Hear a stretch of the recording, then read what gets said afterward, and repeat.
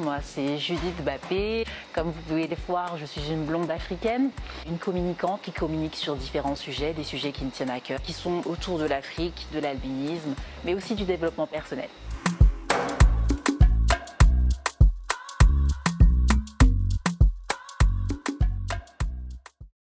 L'albinisme, qu'est-ce que c'est? C'est le terme qui, pour moi, est plus adapté au milieu médical qu'au milieu urbain, en ville. On n'appelle pas les gens bonjour blanc, bonjour noir, donc bonjour l'albinos, non. Pour faire simple, l'albinisme, c'est un défaut de mélanine qui s'exprime soit sur le corps, donc sur la peau, sur les cheveux, soit au niveau des yeux.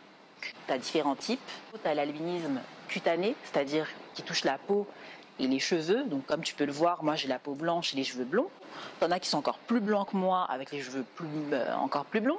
Tu as tout un panel de couleurs. Tu as ensuite l'albinisme oculo, donc c'est qui touche les yeux, et là le degré de vision peut varier d'une très très basse vision à celui qui n'a pas d'albinisme oculo et qui lui voit parfaitement bien en fait. On pense que toutes les personnes qui ont de l'albinisme par exemple ne voient pas bien. C'est pas forcément le cas de tout le monde.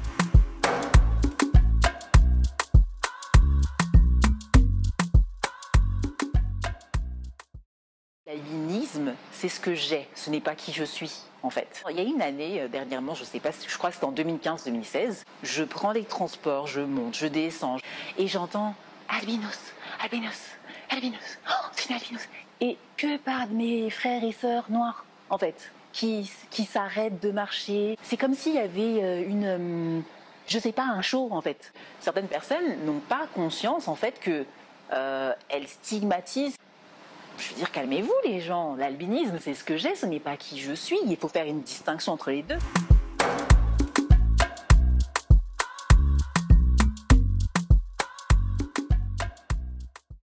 Moi j'étais claire sur qui j'étais et sur ce que je voulais, c'était je suis une africaine à la peau blanche. Voilà, pourquoi machin, bon c'est comme ça, c'est la vie. Dans mes deux familles, que ce soit côté papa ou côté maman, j'étais la seule. Après en ville, j'en voyais pas non plus. À l'école, je n'en voyais pas non plus. Oui, j'ai vécu du rejet. J'ai grandi comme ça, en étant hyper solitaire, en étant sélective parmi mes amis. Certes, il y a eu la partie rejet qui n'était pas toujours cool, etc. Mais qui a en même temps forgé le caractère de bon. Moi, aujourd'hui, mon albinisme, ça fait partie de moi. Donc maintenant, c'est même plus... C'est moi, en fait.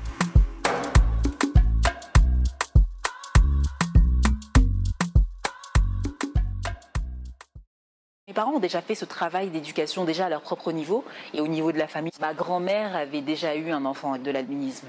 Donc c'était déjà dans la famille, c'était déjà connu. Ma grand-mère avait dit à mon père, l'avait limite prévenu en mode bon, tes sœurs n'ont pas eu d'enfant avec de l'albinisme, donc toi tu peux en avoir. Mes parents, ils ont bien joué le jeu et c'est vrai que les avoir eus et m'être sentie vraiment accompagnée dans ma scolarité, oui, ça m'a vraiment beaucoup aidée. Ma mère se déplaçait pour expliquer que, écoutez, ma fille a de l'albinisme, elle a un problème de vue, elle ne voit pas bien, donc il faut que vous écriviez, bon à l'époque moi c'était les tableaux verts par exemple, donc il faut que vous écriviez avec la craie blanche.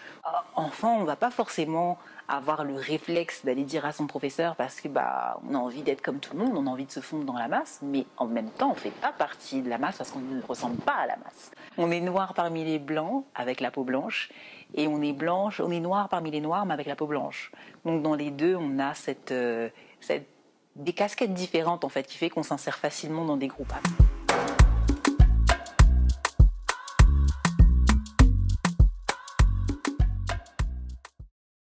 On va juste les reprendre toutes ces croyances une à une et les démonter une à une en fait. Moi par exemple j'ai entendu la croyance que oui, quand une femme a un enfant avec de l'albinisme, ça c'est un truc que j'ai vu au Congo-Kinshasa, qui est mon Congo en plus, que parfois son mari la quitterait parce qu'il considérait que c'est elle qui a apporté l'albinisme dans la famille et que ça porterait malheur. Alors qu'en fait, quand il y a un enfant qui naît avec de l'albinisme, c'est parce que les deux parents ont le gène. Parce que les gens pensent qu'en crachant, ils éloignent l'albinisme. Donc la croyance que l'albinisme est une maladie virale qu'on peut attraper parce qu'on en rencontre un, qu'on voit bien le jour et mal la nuit. C'est juste, on peut être ébloui quand on a de l'albinisme oculaire, suite au fait qu'on n'a pas de mélanine dans l'œil, et forcément la lumière rentrant plus facilement, ça éblouit.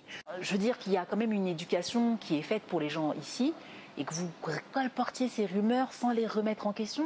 Et ces personnes-là, demain, elles peuvent avoir un neveu ou une nièce qui a de l'albinisme. Elles vont nous dire quoi? Oh, t'as des pouvoirs. Un travail d'éducation à faire, en fait. C'est juste tout ça. Et malheureusement, toutes ces croyances-là et le fait que les gens les répètent sans réfléchir, en y adhérant, ça ostracise une partie de la population noire. Donc, par rapport à ça, c'est vraiment la société, les gens, et puis aussi même les gens comme moi, parce que moi, avant, la première personne que j'ai vue qui a de l'albinisme, j'avais 13 ans en fait. Donc jusqu'à mes 13 ans, je pensais que j'étais la seule personne comme moi sur Terre. Jusqu'à ce que j'en vois un autre et là, ah, il y a une autre personne comme moi en fait. Parce que c'est rare. En tout cas en France, c'est rare. Enfin, moi, j'en vois pas souvent.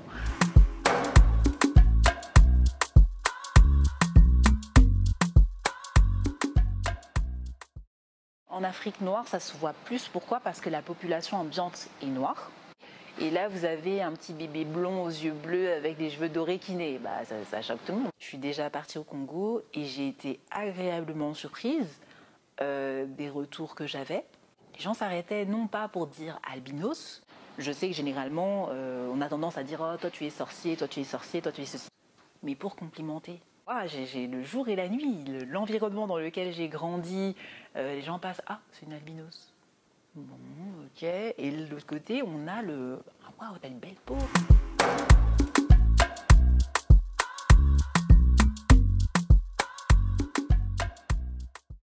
My Pan-African Dream serait que les Africains se valorisent qui ils sont, valorisent leurs cheveux, valorisent leur culture et arrêtent de prendre tout chez tout le monde, de vouloir être acceptés partout, mais se détester eux-mêmes et détester l'erreur.